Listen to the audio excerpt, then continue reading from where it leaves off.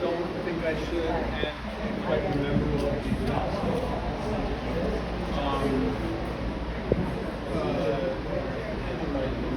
Charles, you know Charles was here.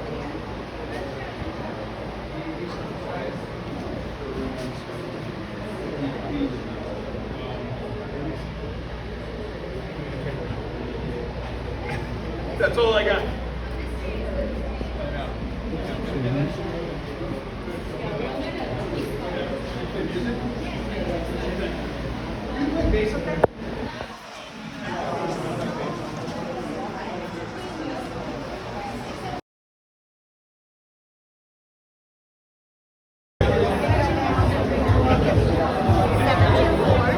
Make sure I Say hi.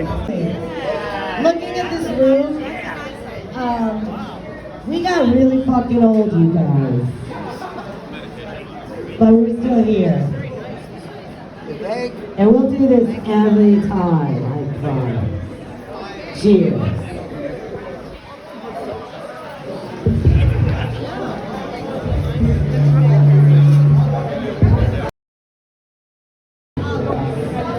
The altar. The altar.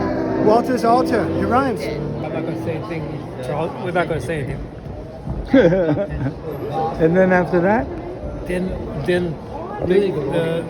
the guy, the entertainers that want to hog all the time.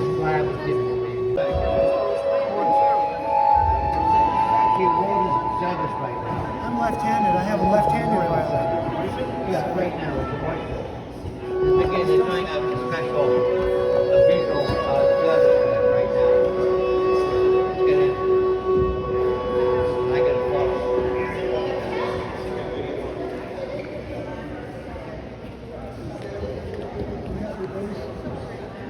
They're just doing sound tests. I don't know, but this is. From now on of those who die in the Lord. So it is, says the Spirit, for they rest from their labor.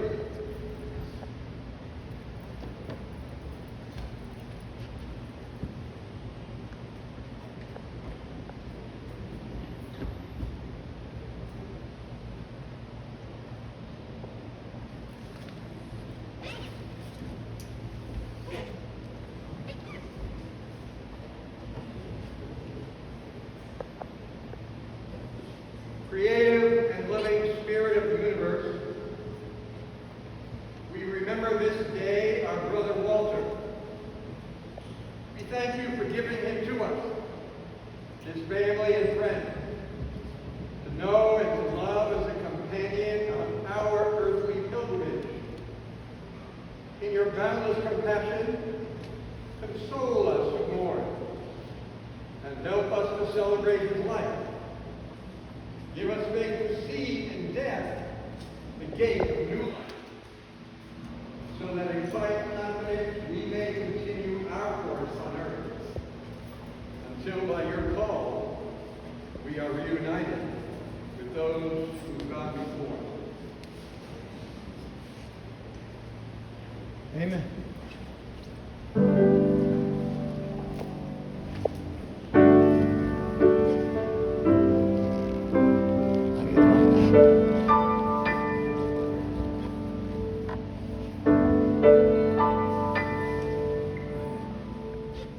O great, compassionate Buddha, our deceased brother, Walter G.Steding, has ended all worldly relationships and let go the physical body that causes and conditions once joined together. We pray that you receive and guide him to pure, carefree Buddha's lands. May he have no suffering or worries, but rather receive only happiness. May he be able to see you, see and hear your path. Now his descendants, relatives, and good friends from all over stand before you tonight, upright with respect, waiting respectfully for your great concern, protection, and care, waiting respectfully for you to receive, guide, and enlighten us. In the Pure Land there are groves of 7 jeweled trees, and there is the water of virtue. They are excellent beings of superior wisdom, virtue, and kindness, who gather in one place.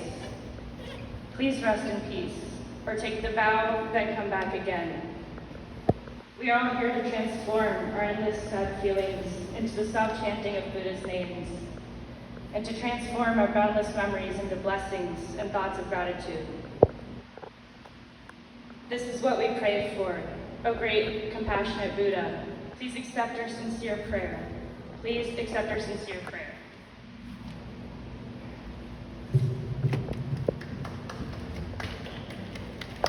See this delightful and beautiful mansion. Its surface of many a color, ablaze with crystal and roof with silvering gold. A well-proportioned palace possessing gateways and strewn with golden sand. As 1,000-rayed sun in the autumn shines in the sky in 10 directions, dispelling the dark, so does this your mansion glow, like a blazing smoke-crested fire in the darkness of the night. It dazzles the eye like lightning, beautiful, suspended in space. Resounding with the music of lute, drum, and cymbals, this mansion of yours rivals Inca's city of glory. White and red and blue lotuses, jasmine and other flowers are there, blossoming, sal trees and flowering asokas, and the air is filled with a variety of fragrances, sweet scented trees, breadfruits, laden branches interlaced with palm trees and hanging creepers in full bloom, glorious like jeweled nets. Also a delightful lotus pool exists for you. Whatever flowering plants there are that grow in water and trees that are on land, those known in the human world and heavens, all exist in your abode. What calming and self-restraint is this the result? By the fruit of what deed have you arisen here? How did this mansion come to be possessed by you? Tell it in full.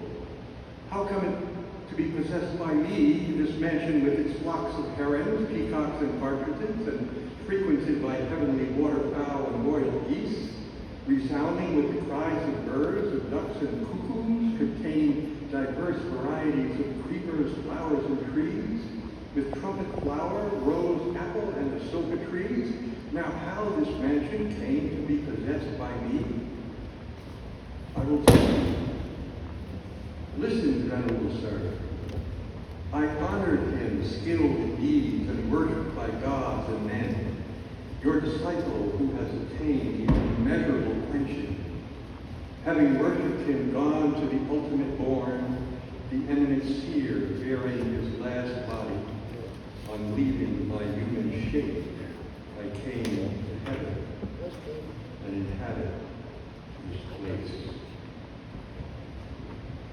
At this time, we would like to invite those of you who want to offer remembrances. And I understand Victor Bacchus is here, and we should say some words to hear. So I knew Walter Steding since about 1977 when he appeared on the factory and CBGBs and all stuff. But I got to start tonight by talking about the end of his life, because the great love of my life and my great collaborator, Marsha Resley, the photographer, died last year, and she had a memorial service. It was on, I think, November the 18th, at the end of last year. And I had this idea, because Walter was very close with Marsha. They were actually working on a project when she died, a very project close to her heart. And I understood Walter was just the kind of person Marsha would like to work with. Anyway, I called him up and I said, Walter, I'd love to have you play something like taps, not exactly, but your own versions, at the end of the whole memorial service, right? And Marsha's sister Janice was really uptight because she listened to Walter's music and she was like horrified. So I said to Walter, I said, well, you've got to write a piece of music and play it to me on the phone so I can record it and I can play it to her, right? So I did. He did. And so you got this, on my time recording to her, the awful thing. And I thought they hated it. And so I was really horrified. I didn't know how to tell Walter that he wasn't going to be in the program and everything. And so I didn't call him back. I didn't call him back and tell him what happened, right? Wasn't until the night that I saw his name was at the bottom, the end of the program. You know, G.Steding was going to play the last thing ever in Marshall's memorial service. What a wonderful thing for him and for us, right? So our mutual friend David Schmidtler was going up and pick him up to bring him into the city. And he called me about 30 minutes before the memorial service began and told me Bill Walter was dead. Walter had an extraordinary career because he did two things, as we all know. He was a painter and he was a musician. And there was a relationship between those two fields, but not everyone could see that right away. He developed a very strong style of painting. I think a lot of people hated it and thought it was horrible, but he did do it, and he kept doing it, right? And he also developed performing music. Now, when he first appeared at CBGB's, I think the auspices of Debbie Harry and Chris Stein and other people who thought he was great, brought him in to play. And it was like, this is great. What is it? He's so weird. He had this bug suit, this electric suit he put on, you know. It was stunning, and it was so cool. And it was something completely different in the whole, you know, sounds of punk. It was something else. You know? Plus, he was people like, at the same time, he was working in the factory as Andy Warhol's painting assistant. I mean, see, I was the only person in New York going from the factory to Burroughs Bunker to CBGB's or Debbie Harry's apartment, connecting those three walls. He was Walter right beside it, you know. And I know why Andy was really drawn to Walter. Because first of all, Walter looked like Andy had looked like when he was young. And Walter, the fact that Andy Warhol was so drawn to Walter, he made his painting assistant. He could have chosen from 5,000 people, you know.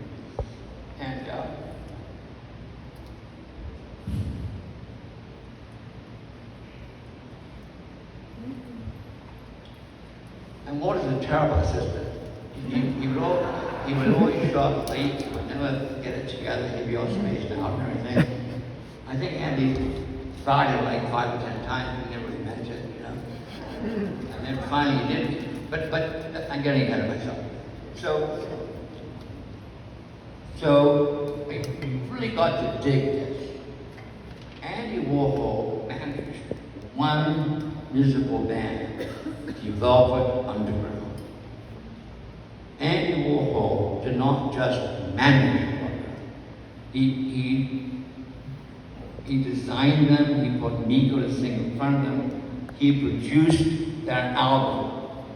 Fuck anything about techno shit. He produced that album. He brought that album out because Andy Warhol was so strong, such an incredible electric person back in, we're talking about 65, 66, his greatest year. That year, he produced the Velvet Underground and Nico, and he made Chelsea go in the same year. Two things, right? So, the fact that Andy Warhol would, in 1978, I think it was, offer to manage G.Steding was an extraordinary thing. I mean, he could have managed anyone. And this put Walter into a different world. He being this kind of outside, you know, guy and stuff, and a couple of people liked him. And suddenly Andy Warhol, not only is he managing him, he's got Vincent Fremont booking gigs for him and setting things up and doing interviews and photo sessions, the whole thing that Andy does to get you up there from where you were. Right? And this went on, I think it went on for about 2.5 years. And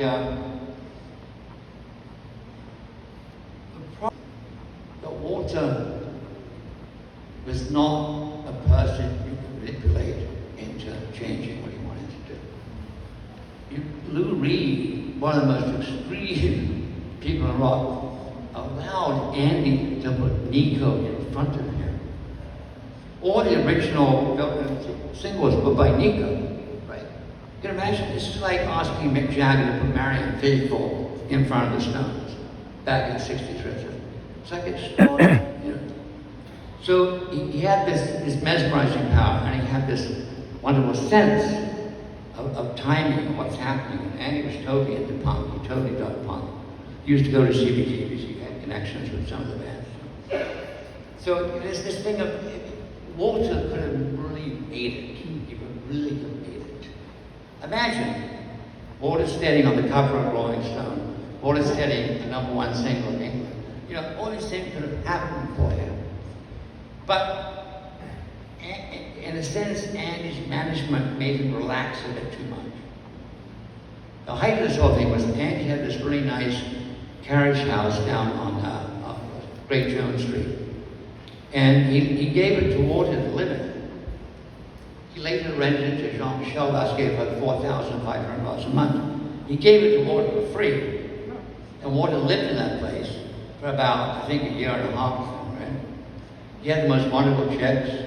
He had a wonderful time. He never looked better. But he didn't work. He didn't do the work, the real work. He didn't write 25 songs. He didn't he didn't look at it like, here's my card, accept the speech. You know? And I think Andy was disappointed because, you know, anyone who knew Andy and knew the factory knew that this is about work. Everything else about work, one way or the other. You give Walter an incredible opportunity. And Walter, I wouldn't say he blew it. He loved Andy very much. Do you believe this? He really loved him a lot. He did. Seriously. Do you believe this? He said he was so fragile. I don't know about this. Which is the opposite of the truth. Anyway, I just think it's fascinating that Walter had this incredible opportunity. And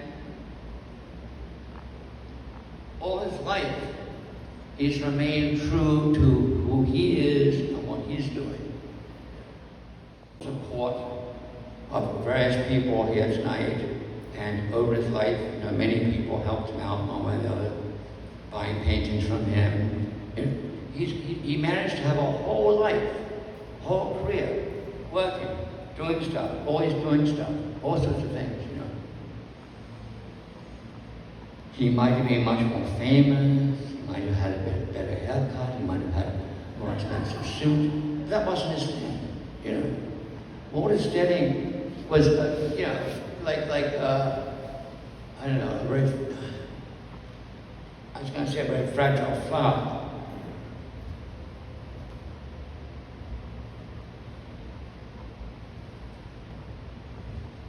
Actually, most one of them was going on Glenn O'Brien's TV party. You know, that TV party show went on, I think, I forget, 78 through 81 or something. And Walter was Doc Stedding, like on Johnny Carson's show, Doc, you know. He was the leader of the band, you know, Glenn O'Brien's TV show, which now is thought of as one of the greatest things that ever happened. Back then it was kind of a minor thing, but he loved doing that. He was great. Great in that show. He brought a lot of, because I often think that Walter's music is a little bit discordant and a little bit like uncomfortable making. It's not the kind of music you sit back and go, I think I'll just root for this. It's not that kind of music. I've actually left a couple of Walter's performances. I just couldn't stand it. But the overall effect of Walter, when I think about him and the music that came out of him, came out of him, the image that came out of him, Walter Stedding, you know, he was really an angel. He was a wonderful angel.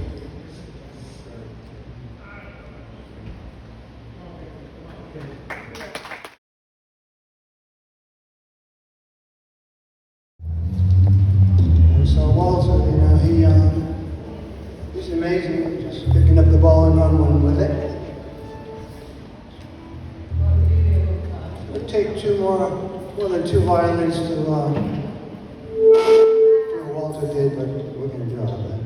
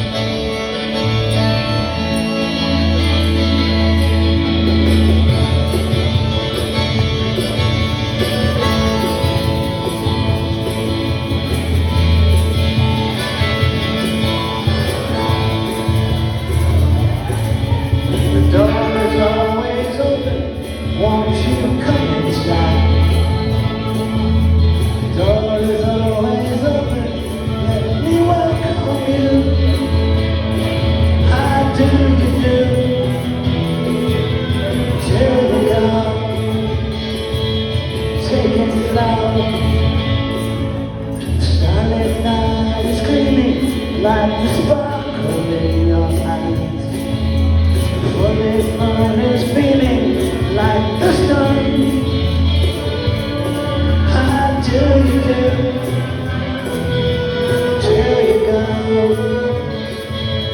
Say it's softer now.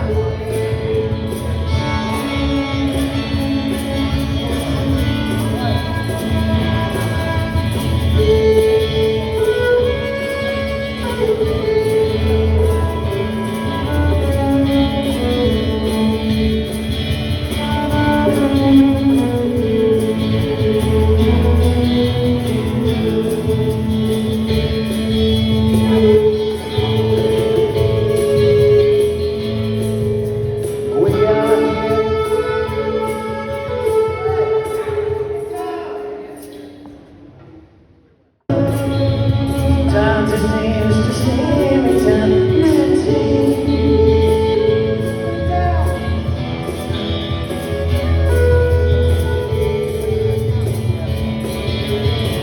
Surrounded.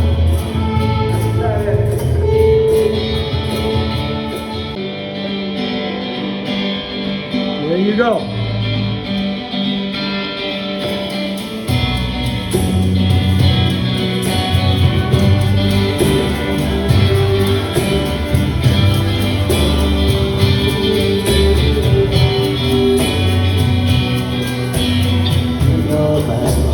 Take yourself smart.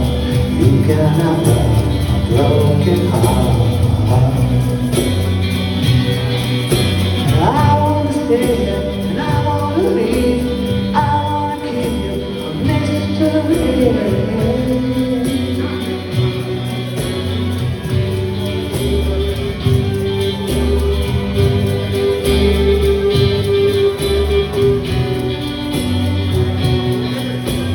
Children in the playground are jumping and swinging, laughing and playing, there tonight.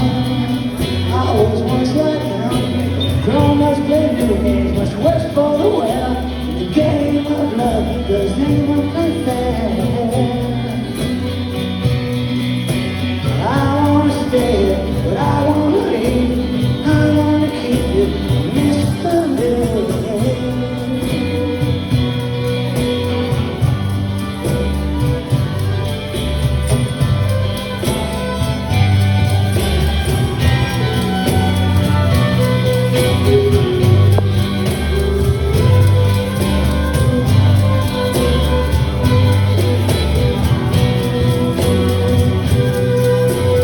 Love is your laughter, love is your hair, love is your eyes, I see them everywhere. And I wanna stay, but I wanna leave, I wanna keep you a mystery.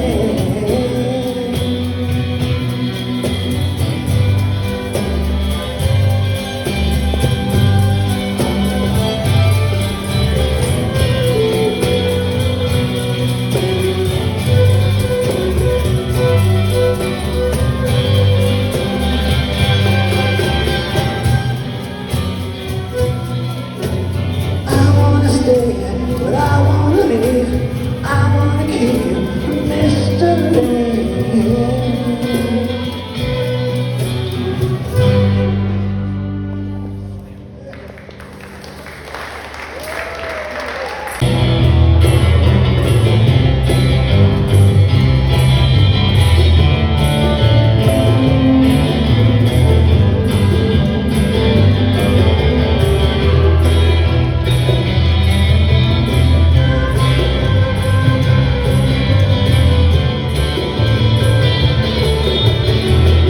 If I was a fisherman out on the sea, I was there all alone, just the wind and rain. If I was a fisherman all alone, I was there for 7 seas, 'cause that's my home. If I had a dream, I dream of you. We could sail everywhere, yes, yes we do. We could dream away, dream away, dream away.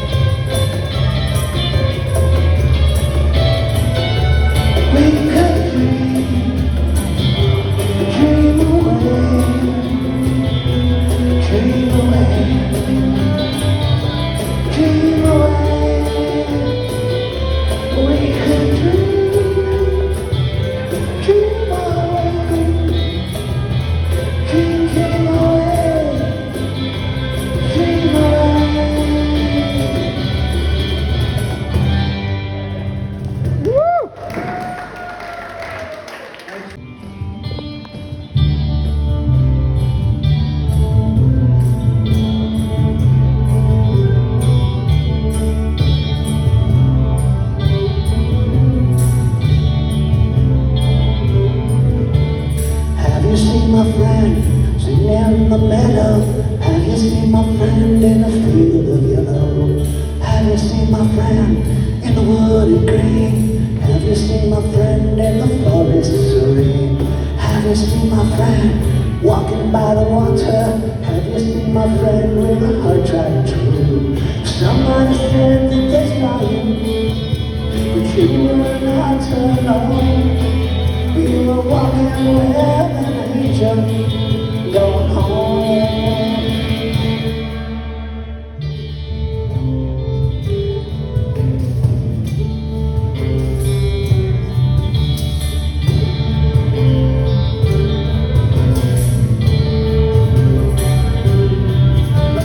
Have you seen my friend standing in the shadows? Have you seen my friend sitting in the sun? Have you seen my friend weeping by the willows? Have you seen my friend laughing in the rain? Have you seen my friend walking by the water? Have you seen my friend with a heart tried true? Somebody said that they saw him, but you were not alone. You were walking with an angel, going home. Yeah, somebody said that they saw you, but you were not alone. You were walking with an angel, going home.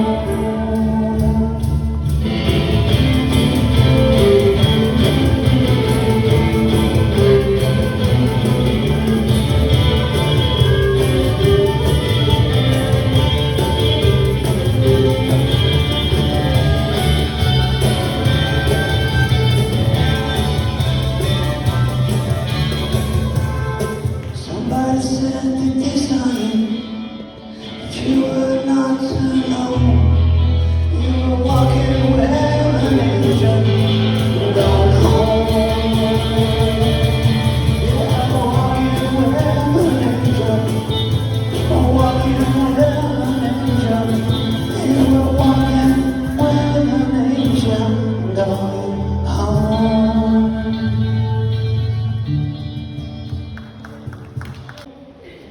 The big part is we go whoop at some point, so feel free to join in and have a little happy kind of send off for a while.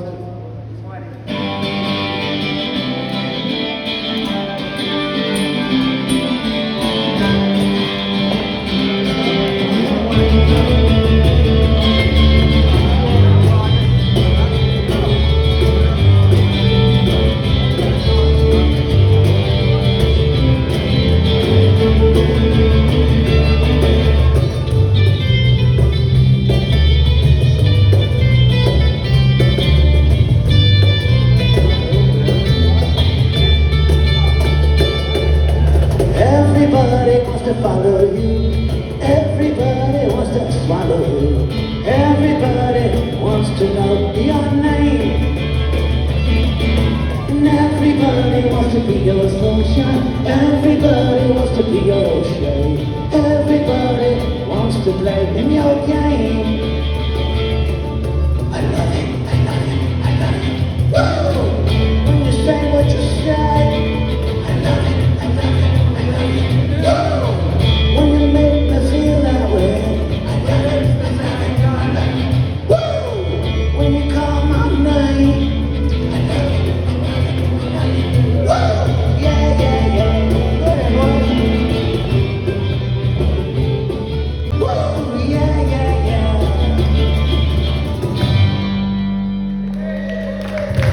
Listen up, everybody.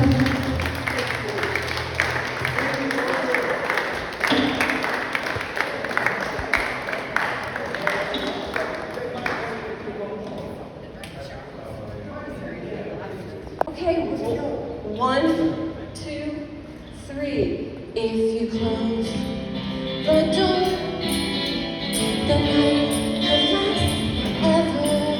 Leave the sun shine out. Say hello to heaven. All the people are dancing and they're having such fun. I wish this would happen to me. But if you close the door, I never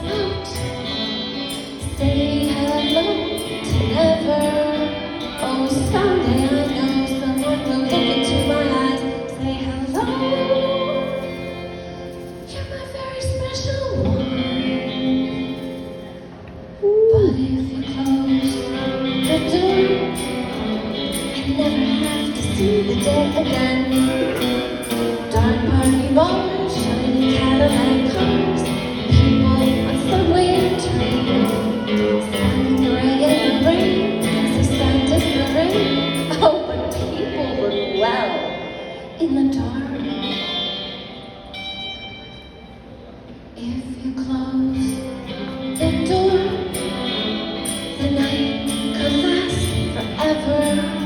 Leave the wine glass out, say hello to never. Oh, someday I know someone will look into my eyes, say hello. You're a very special one. But if you close the door, I'd never have to see the day again. I'd never have to see the day again once more. I'd never have to see the day again. Yeah!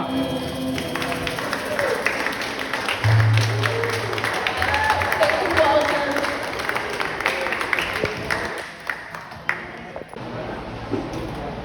I both don't think I should and quite remember what we did.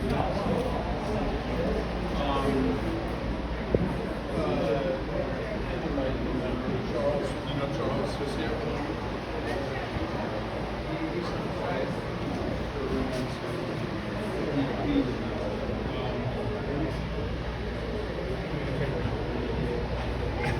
That's all I got.